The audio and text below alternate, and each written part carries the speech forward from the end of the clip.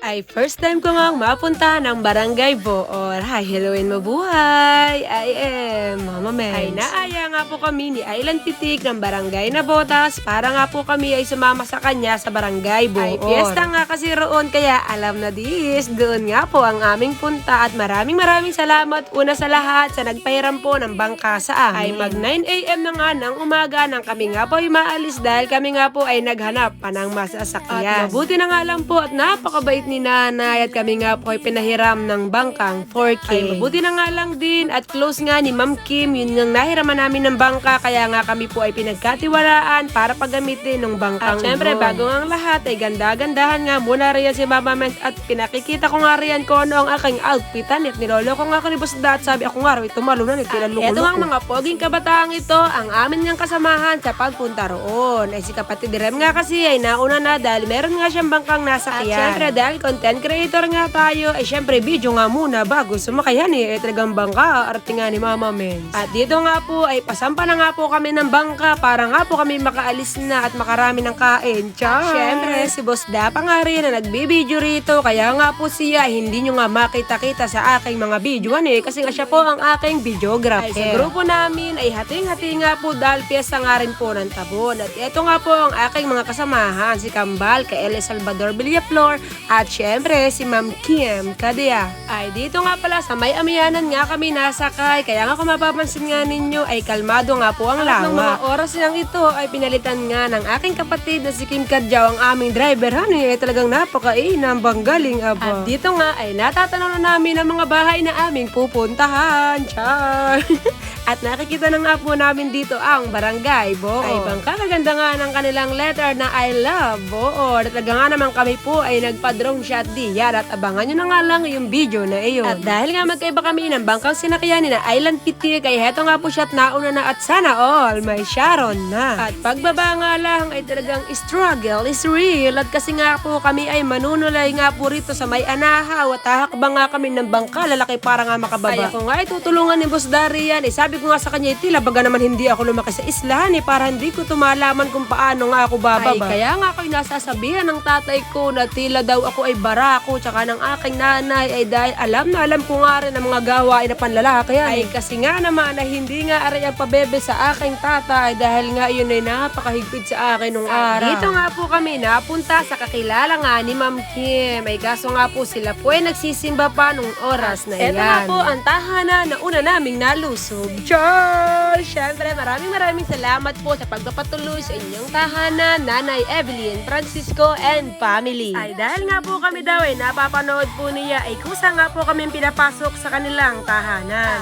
Siyempre, kagaya nga ng una ay heto nga si Mama Mens at kauna-una na namang sumando ay napakasarap nga po ng kanilang minuriyan. Ay dito nga lang ako sa Barangay Boor, nakakita nga po ng iba't ibang menu sa piyestahan. Katulad nga po ni nanay na meron nga pong kare-kare. Kung mapapansin nga ninyo ay kinuha nga po yun ni nanay para nga po dagdagan ang kare-kare. At kung mapapansin nga ninyo ayun, punong-puno na po yung kanyang lagayan. Ay, ito nga po pala ang family ng Francisco. Si 1/2, si 1 whole, at si 1/4. Ay sayang nga lamang po hindi po namin nakasama yung iba. Muli, maraming salamat po sa pagpapatuloy ninyo sa inyong tahanan. Nawa po ay pagpalain po kayo ng Diyos at bigyan pa ng mas maraming blessings. At dito nga nag-ikot-ikot nga kami sa Barangay Boor para masaksihan nga namin kung gaano nga po kaganda ang kanilang barangay. Kung mapapansin nga po ninyo, talagang napakalinis nga po ng kalsada at napakaganda nga po ng kanilang lugar at talagang disiplinado nga po ang mga tao. Ay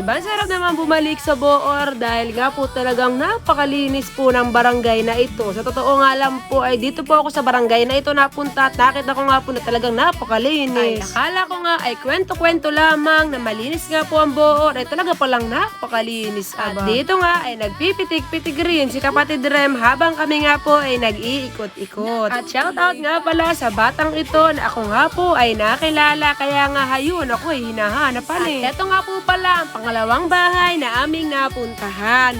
Maraming salamat po Madam April Gatchalian and family. Sana po ibalik sa inyo ng siksik, liglig at umaapaw ang pagpapalang pinahagi nyo sa amin. At makatapos nga po roon ay kami nga po pumasyal nga po dito sa kanilang Catholic Church. Ay nakakatuwa lamang dahil ito ang mga batang ito ay nakilala nga po ako na ako nga po ay si Mama Mens at nagbablog. Ay talagang naiikot nga kami ni kapatid Island Pitikrian hanggang sa school nga po ng Barangay Boor. At talagang napakaangas nga po ng kanilang school at talagang napakalinis talaga, wala akong masasabi. Ay dalawa nga ang kasamahan kong nakakaalam nga po dito sa Barangay Boor. Isa na rin po diyan ang aking kapatid na si Kim Kadjaw. At tunay ngang disiplinado nga po ang mga taga Barangay Boor dahil kung ano nga pong nakasulat dito ay talagang natupad nga po at talagang wala po akong nakitang nagiinom habang hindi po tapos ang pagoda. At dito nga po ay papunta na po kami sa 3 bahay na aming kakainan. Ay ako nga talaga ay hangang nga sa menu dito nga po sa piyestahan ng Barangay Boor at kung mapapansin nga ninyo may nagpiprito naman po ng manukan eh. Shoutout nga po pala sa mga nakasamahan ko nga po rito sa loob ng tahanang ito.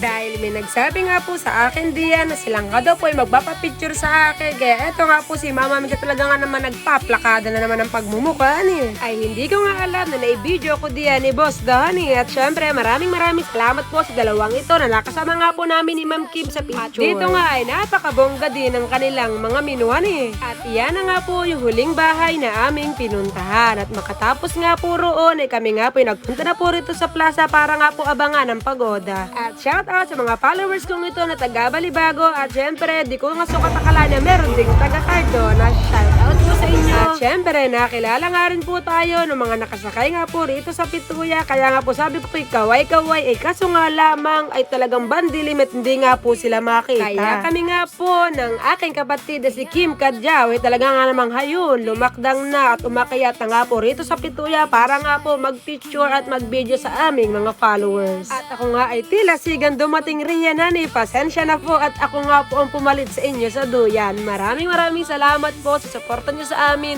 sa aming mga pagbablog. At makatapos nga po noon ay kami nga rin po ay nagbalik na sa may plaza. Ay kami nga ulit ay na-invite nga po ni Madam at kami nga po ay pinababalik ay kaso nga lang po hindi na nga po kami nakabalik at kami nga daw po ay bibigyan niya ng ulam at siya daw po ay nakapollow sa akin. Muli maraming salamat po Madam sa pagsuporta sa amin sa pagbablog at pasensya na po kayo at hindi po kami nakabalik. At habang kami nga po ay naglalakad-lakad ay nabusyasan nga po ni Sir si kapatid Kim Kadjaw kaya nga eto kami at pinakain sa kanila. At matapos nga noon ay nakilala nga din po si Kim Kadjaw ng kapitan na kasama namin sa bidyong ito. Maraming salamat. Nakita nga din namin diyan ang isa naming kapatid na si Paco Ramilo at maraming salamat sa mga batang ito na nakasama rin namin sa video at sila nga po ay gustong sumali. At maraming salamat nga rin sa mga kabataang ito na kami nga po ay nakilala. Maraming salamat sa suporta ninyo sa akin. At ako'y natutuwa at ito nga po nagtitinda ng cotton candy ay kilala rin po pala ako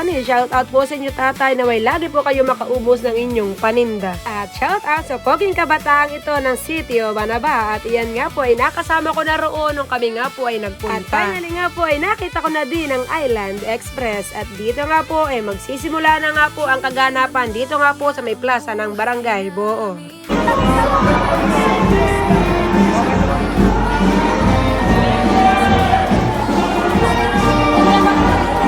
Matapos nga po ang kaganapang iyon ay nakita nga rin po ako ng mga followers ko po rito. Maraming salamat po sa suporta ninyo sa akin sa pagbablog. Ay ako nga lang po ay natutuwa dahil sila na nga po mismo ang gustong makasama sa aking mga vlog. Di nga po nagdagal, kami nga po yung mga nagsisampa na sa bangka para nga po makasama sa kanilang pagoda. Kami nga rin po pala ay dadaan ang Barangay Lambak para nga po kami ay magpagasolina. Abangan nyo na nga lang po ang susunod na video doon para nga po mas makita ninyo kung gaano nga rin po kaganda ang Barangay Lambak. At kahit nga po maliit lamang ang Barangay Boor ay napakarami nga pong sumali sa may pagoda. Ay medyo malayo nga lang po kami sa may Pituya kaya nga po ito nga lang po yung mga na-video namin dito pero wag po kayo mag-alala at meron po itong drone shot. Ay wait na nga lang po yung video ng drone shot dahil nga po si Boss Da nga po nag-e-edit noon at kasalukuyang busy sa ngayon kaya hindi po makapag-edit. At nagpapasalamat po kami sa Philippine Coast Guard talaga nga namang nagbantay at naging matagumpay at ligtas nga po ang pagoda ng Barangay Boor. At bago nga po matapos ang video na ito ay muli nagpapasalamat po kami sa kapatid naming si Island Pitix dahil kung wala nga po siyang pag-aaya sa amin ay hindi nga po namin ito mararanasan. At syempre maraming salamat po sa mga taga-Barangay Boor. Talagang namang napakababait po sa amin at talagang nga namang napil po namin na para rin kami nasa aming barangay. Hanggang dito na lang po ang aking voice over at maraming salamat po.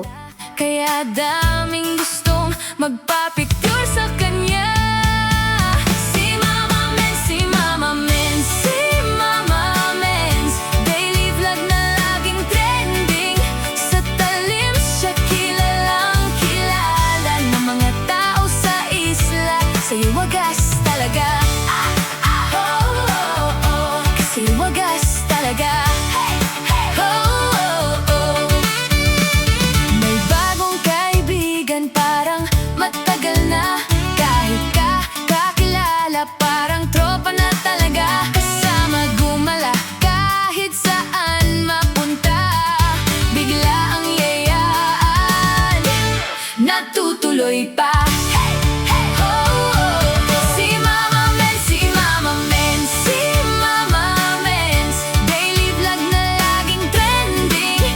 Sa talim siya kilalang kilala ng mga tao sa isla. Sa'yo wagas talaga, oh, oh, oh.